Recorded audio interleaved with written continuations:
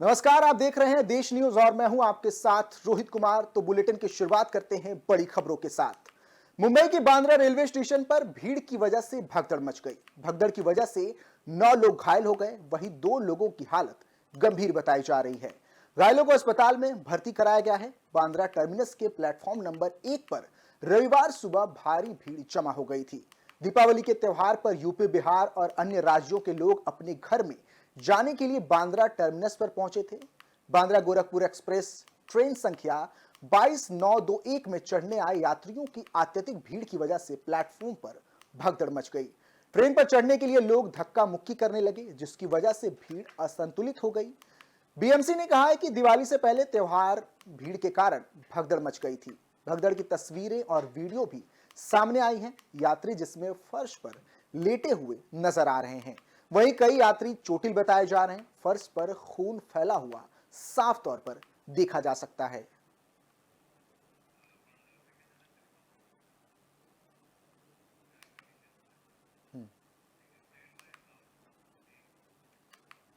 बांद्रा घटना पर लगातार पार्टियां हमलावर है। शिवसेना नेता संजय राउत ने तो हवा में बस चलाने की बात कह दी। संजय राउत ने कहा कि जब से प्रधानमंत्री मोदी की सरकार तीसरी बार सत्ता में आई है और रेल मंत्री अश्विनी वैष्णव को फिर से जिम्मेदारी सौंपी गई है, तब से देश में 25 से ज्यादा बड़ी रेल दुर्घटनाएं हो चुकी हैं।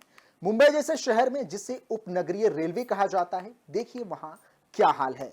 आप बुलेट ट्रेन, मेट्रो आदि की बात करते हैं। संजय राउत ने आगे कहा कि नितिन गडकरी हवा में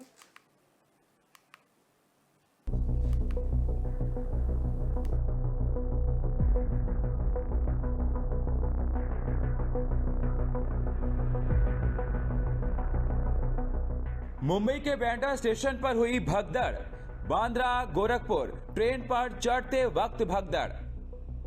दिवाली छठ पर गोरखपुर जा रहे थे यात्री, 10 लोग हुए घायल और 2 की हालत गंभीर। सभी घायलों का भावा अस्पताल में इलाज जारी।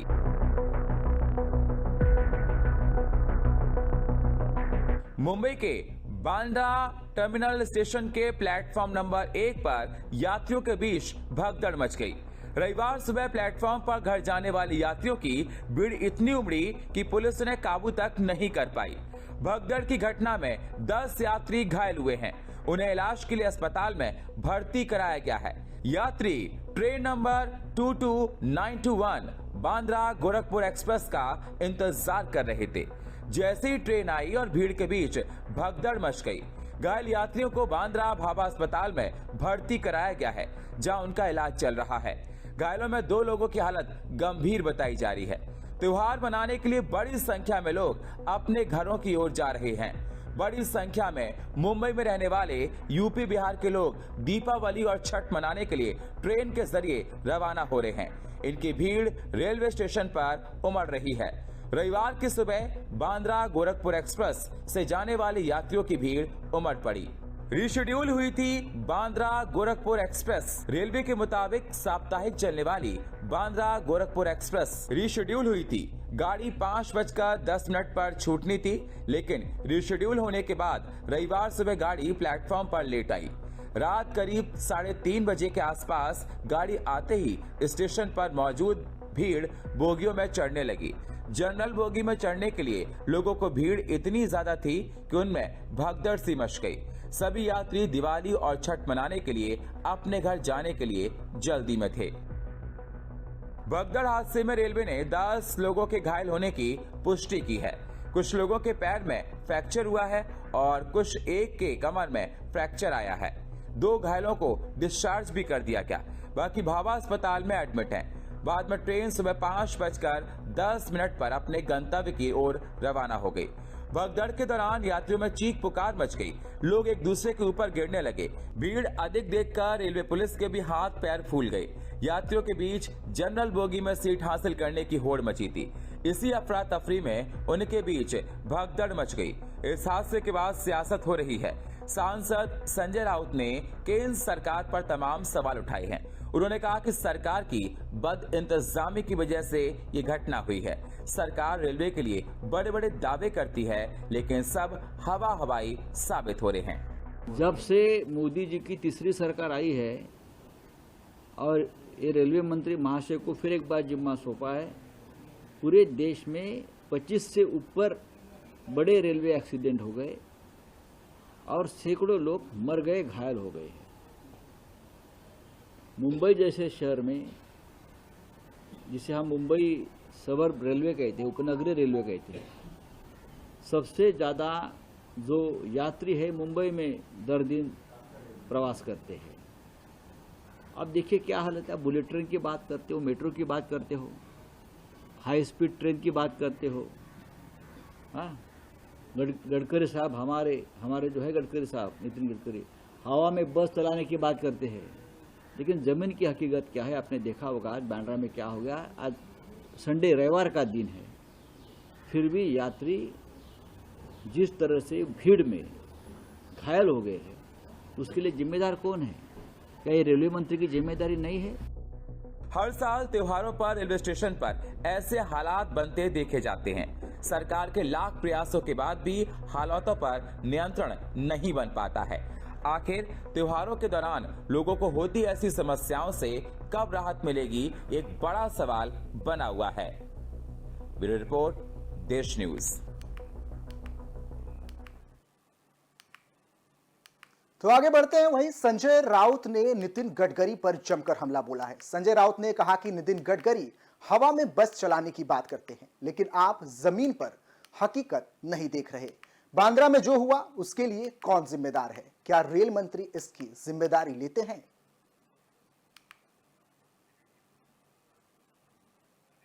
जब से मोदी जी की तीसरी सरकार आई है और ये रेलवे मंत्री महाशय को फिर एक बार जिम्मा सौंपा है, पूरे देश में 25 से ऊपर बड़े रेलवे एक्सीडेंट हो गए और सैकड़ों लोग मर गए, घायल हो गए।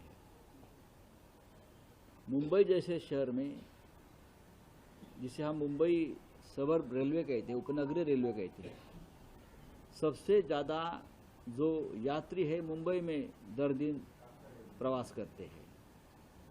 अब देखिए क्या हालत है। बुलेट ट्रेन की बात करते हो, मेट्रो की बात करते हो, हाई स्पीड ट्रेन की बात करते हो।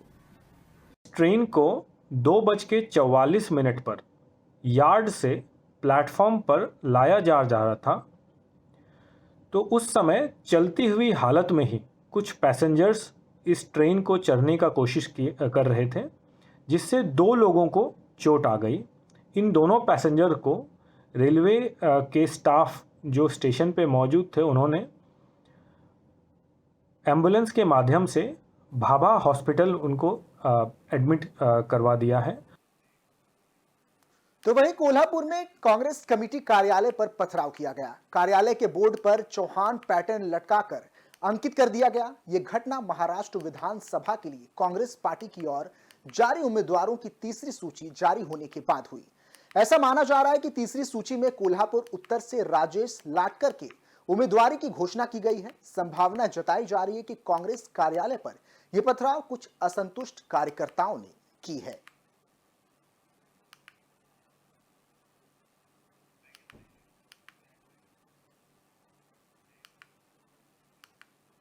राजनीतिक भारत इस बार के महाराष्ट्र में होने वाले विधानसभा चुनाव में यह साफ तौर पर देखने को मिल रहा है, क्योंकि चुनावी समर में जहां एक और जन समर्थन बटोरने की होड़ है, तो वहीं दूसरी ओर गठबंधन पार्टियों के बीच सीटों के बंटवारे की तलवारें खिंच चुकी हैं। महाराष्ट्र की सियासी रणभूमि में अब एक नई महाभारत का आगाज हो गया है। देखिए खास रिपोर्ट।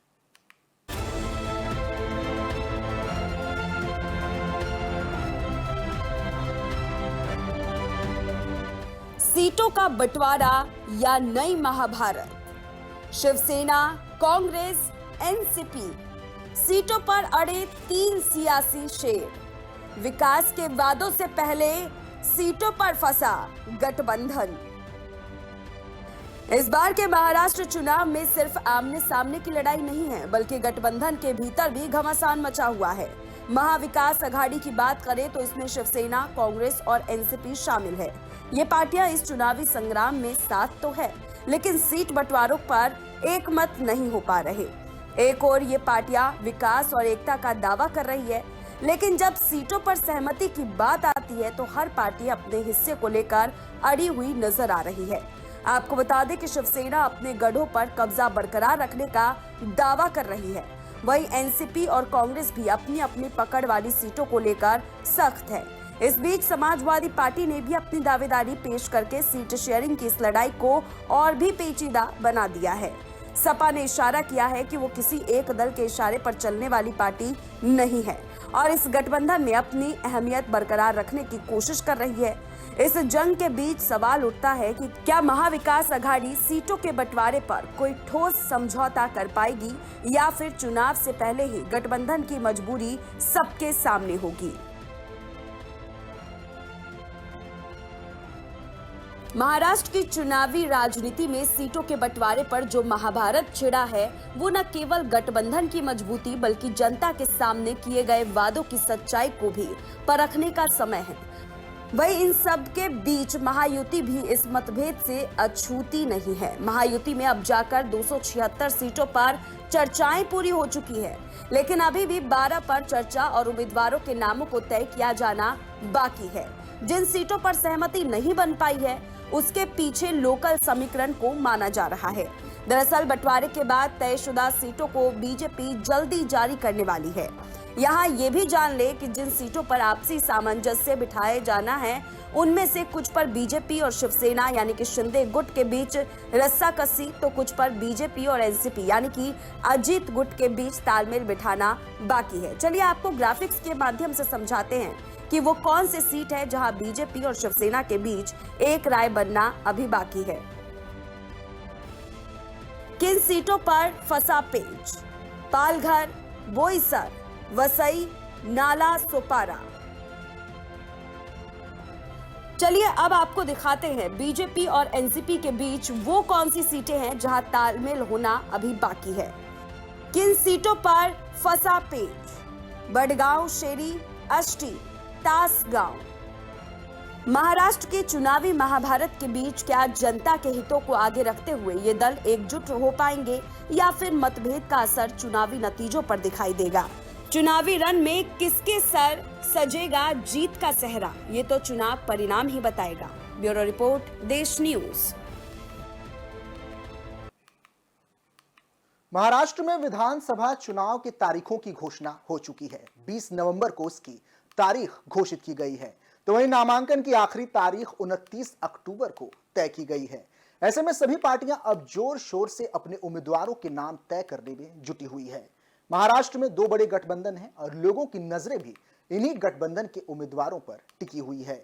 लेकिन राज्य की राजनीति में एक अहम पार्टी है महाराष्ट्र नवनिर्माण सेना, और इस बार वह अकेले मैदान में है। मनसे का किसी के साथ गठबंधन नहीं है। ऐसे में जाहिर है कि दोनों ही गठबंधन के लिए मनसे एक चुनौती के रूप में उभर कर सामने आई है। आइए देखते हैं ये खास रिपोर्ट।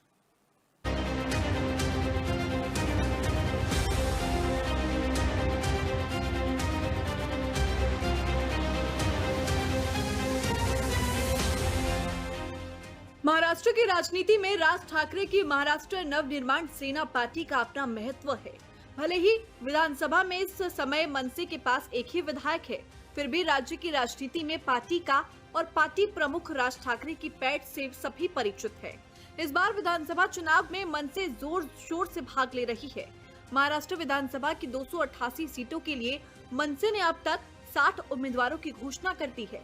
पार्टी ने कई सीटों पर अपने उम्मीदवार को उतारकर मुकाबले को रोचक बना दिया है।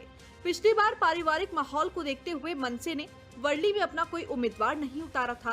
कारण वहां से चचेरे भाई उद्धव ठाकरे के बेटे आदित्य ठाकरे चुनावी मैदान में थे, लेकिन इस बार ऐसा नहीं है। इस बार मनसे ने वर्ली सीट से पार्टी के प्रवक्ता और पूर्व नगर सेवक संदीप देशपांडे को मैदान में उतारा है।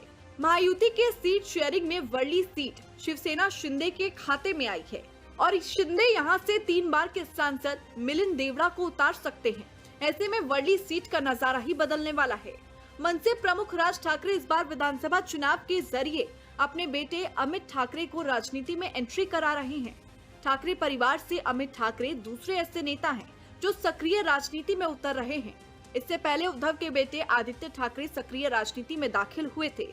अब अमित ठाकरे माहिम सीट से चुनावी मैदान में है, लेकिन उद्धव की पार्टी उन्हें वॉकओवर नहीं दे रही है, जैसा कि मनसे ने पिछली बार आदित्य ठाकरे को दिया था। अमित ठाकरे के सामने शिवसेना यूबीटी ने महेश सामंत को टिकट दिया है। दिलचस्प बात तो ये है कि एकनाथ शिंदे अमित ठाकरे को वॉकओवर दे रहे हैं, जबकि वर्तमान में शिंदे की अगुवाई वाली शिवसेना के ही सदा सरवणकार यहां से विधायक है। ऐसे में मनसे ने इस सीट को भी हॉट बना दिया है। मनसे ने कई और ऐसे उम्मीदवारों को मैदान में उतारा है। इस बार की विधानसभा में अपनी गहरी पैठ को साबित किया है। पार्टी ने पनवेल सीट से योगेश जनार्दन चिले, सोलापुर शहर मध्य से नागेश पासकंटी, जलगांव जमोद से अमित देशमुख, मेहकर से भैया साहेब पाटिल, उस्मानाबाद से देवदत्त मोरे, बीड़ से सोमेश्वर कदम, श्रीवर्धन से फैजल पोपरे, राधानगरी से शिवराज येडोरी को मैदान में उतारकर मुकाबले को त्रिकोणीय बना दिया है। महाराष्ट्र विधानसभा चुनाव के नतीजे 23 नवंबर को सामने आएंगे।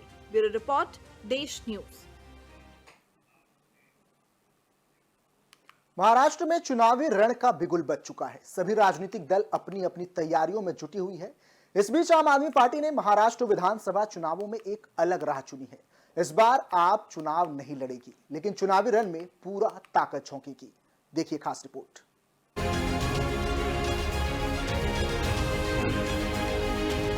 चुनावी दंगल को लेकर महाराष्ट्र तैयार है। इस बार का चुनाव सभी राजनीतिक पार्टियों के लिए अपनी साख बचाने की लड़ाई है। इसी कड़ी में महाराष्ट्र में आम आदमी पार्टी की राह सभी से अलग नजर आ रही है। आम आदमी पार्टी के एक बड़े ऐलान ने समीकरण में कई बदलाव को बुलावा दे दिया है। दरअसल इस बार महाराष्ट्र विधानसभा चुनाव में पार्टी का सीधा दांव नहीं लगेगा, लेकिन मंच पर उनके राष्ट्रीय संयोजक अरविंद केजरीवाल जरूर दिखाई देंगे। दिवाली के बाद चुनावी रैलियों में बौछार, महाराष्ट्र की राजनीति में आया नया बदलाव। आम आदमी पार्टी ने चला नया दांव।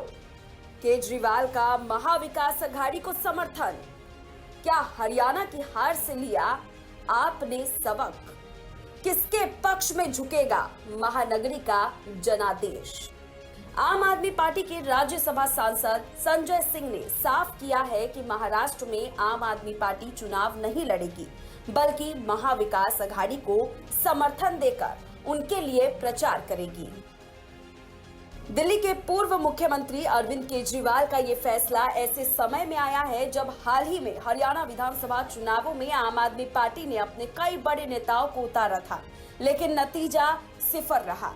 हरियाणा में कांग्रेस के साथ गठबंधन की कोशिशें नाकाम होने के बाद पार्टी ने अकेले दम पर चुनाव लड़ा, लेकिन एक भी सीट पर जीत हासिल नहीं कर पाई। ऐसे में सवाल ये उठता है कि क्या आम आदमी पार्टी ने हरियाणा से सबक लेते हुए महाराष्ट्र में चुनाव न लड़ने का फैसला किया है?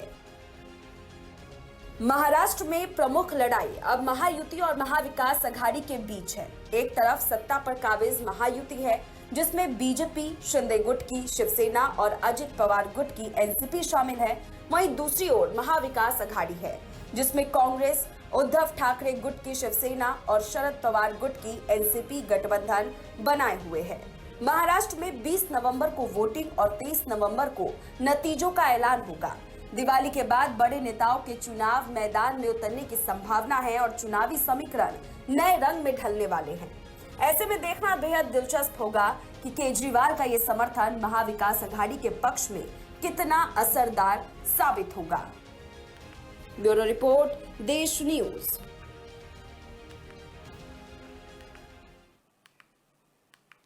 देश की राजनीति हो या फिर महाराष्ट्र की राजनीति, चाचा की उंगली पकड़ करके गुण सीखने के बाद राजनीति में अपने ही चाचा से बगावत और चुनौती की कहानी कोई नई बात नहीं। भारतीय राजनीति का इतिहास भरा पड़ा है, जिसमें कभी चाचा भतीजे पर भारी पड़ा तो कभी भतीजा चाचा पर। महाराष्ट्र में भी चाचा भतीजे की कोई एक लड़ाई नहीं, बल्कि इसकी फहरिस्त काफी लंबी है। देखिए महाराष्ट्र में चाचा और भतीजे की लड़ाई में आखिर कौन किस पर भारी है।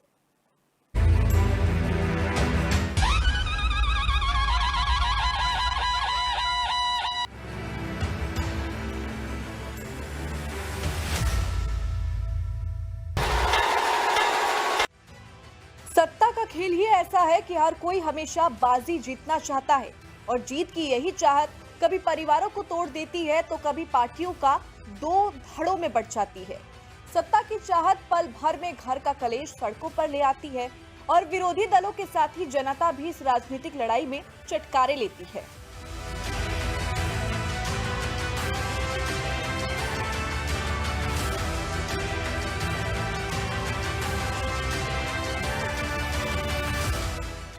महाराष्ट्र विधानसभा चुनाव की सरगर्मी बढ़ी हुई है। लोकसभा चुनाव में बारामती लोकसभा सीट पर भाभी सुनेत्रा पवार और ननद सुप्रिया सूले की लड़ाई में ननद भारी पड़ी। अब 6 महीने बाद विधानसभा चुनाव में चाचा अजीत पवार को भतीजे युगेंद्र पवार को चुनौती देनी है। इस बीच छगन भुजबल ने अपने भतीजे समीर भुजबल की बगावत पर कह दिया कि सभी भतीजों का डीएनए एक जैसा ही होता है।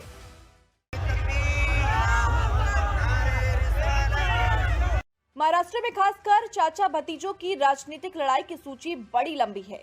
चाचा भतीजों की लड़ाई ऐसी है कि किसी ने घर और पार्टी में बंटवारा कराया तो किसी ने सुलह कर कुर्सी हासिल की।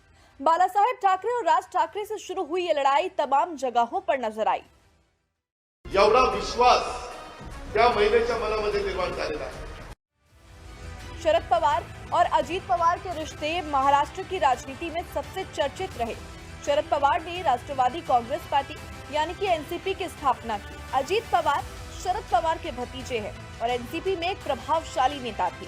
हालांकि इन दोनों के बीच कई बार राजनीतिक मतभेद हुए, विशेषकर तब जब अजीत पवार ने महाराष्ट्र में बीजेपी के साथ गठबंधन करके डिप्टी सीएम पद की शपथ ली थी। अब एनसीपी में 2 दल बंट चुके हैं। एक एनसीपी जिसके राष्ट्रीय अध्यक्ष अजीत पवार हैं और दूसरे एनसीपी शरद चंद्र पवार गुट के प्रमुख शरद पवार है।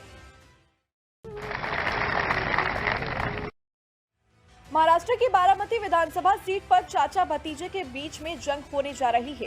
पुणे जिले की बारामती सीट पर अजीत पवार के खिलाफ शरद पवार ने युगेंद्र पवार को उम्मीदवार बनाया है। युगेंद्र पवार शरद गुट की ओर से चुनावी मैदान में होंगे। अजीत पवार को चुनौती उनके दूसरे भतीजे रोहित पवार भी देते हैं। लोकसभा चुनाव में रोहित पवार ने अजीत पवार के खिलाफ जमकर बयानबाजी भी की थी। त्यांना आम्हाला सांगायला काही वेळ मिळाला नाही। महाराष्ट्र में चाचा भतीजे का रण उद्धव ठाकरे और अमित ठाकरे के बीच का भी है। अक्सर उद्धव ठाकरे के बेटे आदित्य ठाकरे और राज ठाकरे के बेटे अमित ठाकरे की तुलना की जाती है। ये दोनों कजिन एक दूसरे के विपक्ष में खड़े हैं। अमित ठाकरे मुंबई की माहिम सीट से एमएनएस की टिकट पर चुनाव लड़ रहे हैं। चाचा भतीजे की लड़ाई में राज ठाकरे और आदित्य ठाकरे की भी जोड़ी बेहद दिलचस्प है। ची धावपळ सुरू होते, रणधुमाळी सुरू होते, प्रत्येक जण आपला फॉर्म भरत असतो। हाल फिलहाल में छगन भुजबल और समीर भुजबल के बीच कलेश भी सामने आया। वही धनंजय मुंडे, जिन्होंने अपने चाचा गोपीनाथ मुंडे का हाथ पकड़कर राजनीति सीखी, उन्होंने ही अपने चाचा को दगा देकर राजनीति में अपना रास्ता अलग कर दिया। चाहे शरद पवार हो, ठाकरे परिवार हो या फिर मुंडे परिवार हो, हर जगह एक पीढ़ी दूसरी पीढ़ी को राजनीतिक मंच सौंपती है। हालांकि सत्ता के लिए एम्बिशन और आइडियोलॉजी के टकराव ने महाराष्ट्र की राजनीति में कई नई दिशा भी दी है। ब्यूरो रिपोर्ट, देश न्यूज। इस बुलेटिन में फिलहाल के लिए इतना ही। बाकी तमाम खबरों के लिए देखते रहिए देश न्यूज। नमस्कार।